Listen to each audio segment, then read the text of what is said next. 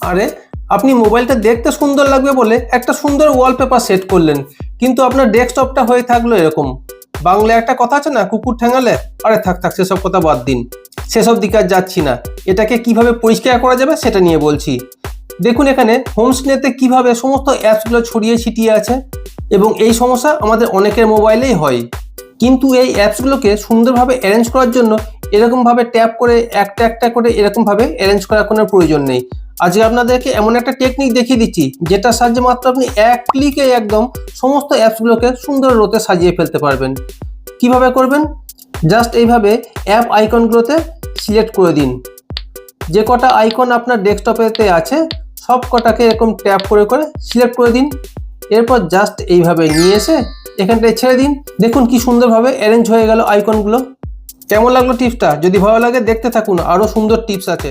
আপনি তো অ্যাপসগুলোকে এখন সুন্দরভাবে অ্যারেঞ্জ করে ফেললেন, আবার যাতে এরকমভাবে ছড়িয়ে ছিটিয়ে না যায় সেই জন্য কী করবেন, এটাকে লক করে দিন।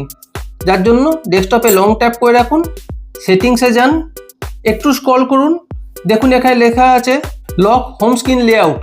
এটা অফ আছে, অন করে দিন। তাহলে দেখুন আপনি যে কোনো অ্যাপসকে মুভ করতে গেলে আর মুভ করতে পারবেন না, টোটাল পেজটাই সরে যাচ্ছে। এইবার অ্যাপস আইকনের পেজটা এরকম সোয়াইপ করতে করতে আমাদের অনেক সময় এই পেজটা খুলে যায়, যেটা হচ্ছে গুগল ডিসকভার। এবার এখানে হয় কি, অনেক বাচ্চা ছেলেরা হোক বা আমরা নিজেরাই হোক ক্লিক করে ফেলি, যার জন্য বিভিন্ন পেজ খুলে যায়, খুব অসুবিধা হয়। কিন্তু এটাকে যদি আপনি অফ করতে চান কি করবেন, আবারও ডেস্কটপে লং ট্যাপ করে রাখুন, সেটিংসে যান, একটু স্ক্রল করুন, দেখুন এখানে লেখা আছে add media page to home screen. এটা অন আছে, আপনি এটা অফ করে দিন।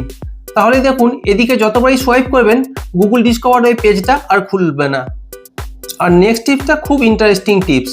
আমাদের নোটিফিকেশান প্যানেল ওপেন করতে গেলে এখান থেকে এইভাবে সোয়াইপ করতে হয়, এবং কিছু কিছু মোবাইলের স্ক্রিন অনেকটা বড় হওয়ার জন্য এক হাতে অপারেট করতে আমাদের একটু অসুবিধাও হয়। সেক্ষেত্রে যদি নোটিফিকেশান প্যানেল আপনাকে ওপেন করতে হয়, আপনাকে দু হাতে এরকমভাবে ওপেন করতে হবে। বাট এটার জন্য একটা সিম্পল টিপস আছে। কি করবেন, ডেস্কটপে লং ট্যাপ করে রাখুন, সেটিংসে যান, একটু স্ক্রল করে যান, দেখুন এখানে লেখা আছে swipe down for notification panel. এটা অফ আছে, অন করে দিন। তাহলেই দেখুন জাস্ট এইভাবে আপনি ডেস্কটপেতে আঙুল দিয়ে সোয়াইপ করলেই আপনার নোটিফিকেশান প্যানেলটা ওপেন হয়ে যাবে।